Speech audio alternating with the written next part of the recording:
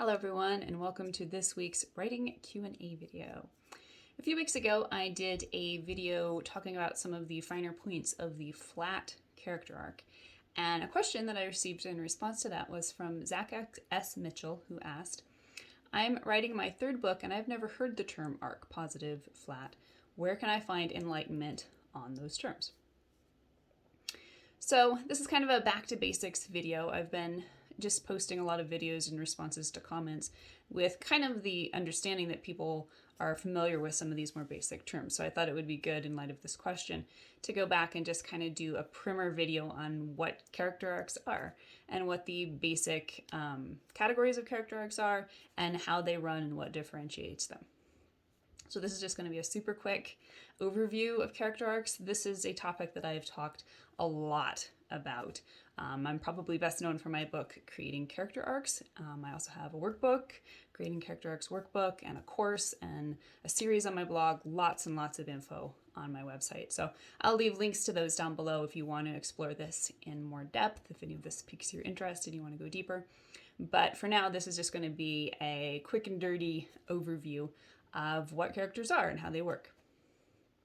So, as I teach them, there are three basic delineations of different types of character arcs. There's the positive change arc, the flat arc, and the negative change arc, which we can further divide down into some variations. So all of these character arcs run on two basic principles, and that is the lie and the truth. And these are both abstract sort of archetypal terms that aren't meant to indicate absolute truth or an actual lie. What they're meant to represent is that within the course of the story, you have a thematic truth that represents a broader perspective of the world and represents a better way of being, a more effective way of being within the world. And that is opposed by a more limited mindset or perspective that is represented by the lie. And how the protagonist interacts with these two ideas will determine what kind of character arc they're following within a story. So character arc at its very simplest simply indicates that the character is arcing on a personal level within the story and transforming in some way. It indicates change on a personal level within the story that both inspires change on the outer level within the plot, and also how the plot changes the character on that internal level. So plot and character arc are very much intertwined. One fuels the other. Now, when we think of character arc, usually the most basic correlation is with the positive change arc, in which the character starts in a place that's limited in some way and is able to arc over the course of the story into a place that is more expanded, more effective, at least on an interpersonal level, but usually that then allows them to also enact better circumstances within the external plot, in their external world. So in a positive change arc, you have a character who starts out believing a lie or a limited perspective within the confines of the story world, and will have to work through that in order to evolve into being able to understand and accept the broader perspective that is offered by the story's thematic truth. So in a positive change arc, the protagonist is the one changing, the one arcing. Now in a flat character arc, which is what we talked about in the video a couple weeks ago, and which I will also link to down below in case you missed it. In a flat character arc, we have a protagonist who remains flat. So they aren't arcing, they aren't changing. But where the change and the energy comes from in a story like this is from the surrounding characters around them.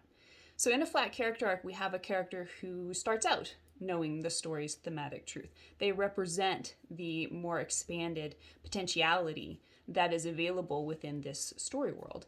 And through them, they are able to inspire change in the surrounding characters, supporting characters, perhaps society at large, in helping them overcome and see through the lie, which then can instigate change on an external level. So those are both pretty positive character arcs in the sense that both are moving away from the lie and toward the truth. And then we have the negative change arcs, in which the opposite is happening. and the character is either interacting with the truth in a way that doesn't feel good and doesn't end up being particularly positive, or they are in fact completely rejecting the truth and ending up in the lie.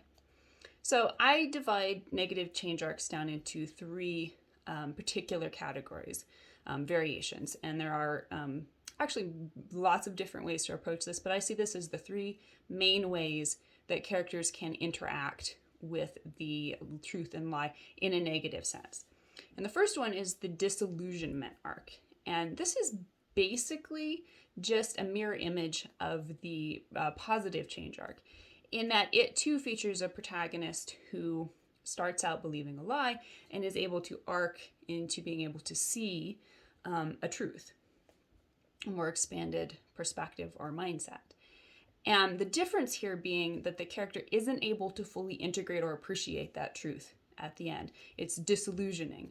They, find it to be either a very discouraging or disheartening truth, or it's one that is just really difficult for them to accept on a personal level, and they aren't really able to come to terms with the sacrifices that are necessary in overcoming a lie-based mindset, or to reap the advantages of gleaning that truth.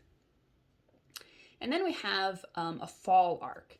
And this is a story in which the character also starts out believing a lie and are challenged by a truth to overcome that, but are not able to get there.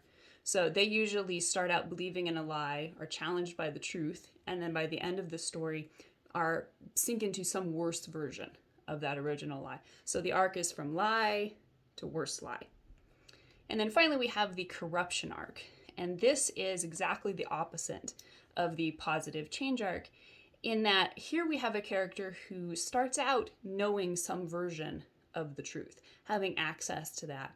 And then over the course of the story, they devolve into the lie. They end up, in a more constricted, more limited place at the end of the story than they were in at the beginning. So in a corruption arc, we see the character arcing from truth to lie. Now, that was, as I say, quick and dirty. And if you want more information, I go into way more depth in this on my podcast, and my site, Helping Writers Become Authors, and like I say, in my book, Creating Character Arcs, in which I talk about how to create this evolution of change in a way that syncs up with the beats of story structure. Because really, character arc and story structure are very symbiotic. You really can't hardly have one without the other. So if you want examples of these arcs, things like that, that's also found in some of the material that I'm quoting or that I'm linking down below, particularly my book. So I hope that's helpful. And if you have any more questions on this topic or any other topic, I hope you'll leave those in the comments below so we can continue the discussion. And if you'd like to stay on top of all the content that I create, whether it's my podcast or my weekly blog posts or these videos, the best way to do that is by signing up for my mailing list at helpingwritersbecomeauthors.com/mailing list. And you can also join me on Instagram at authorkmweiland. And I will see you again next week.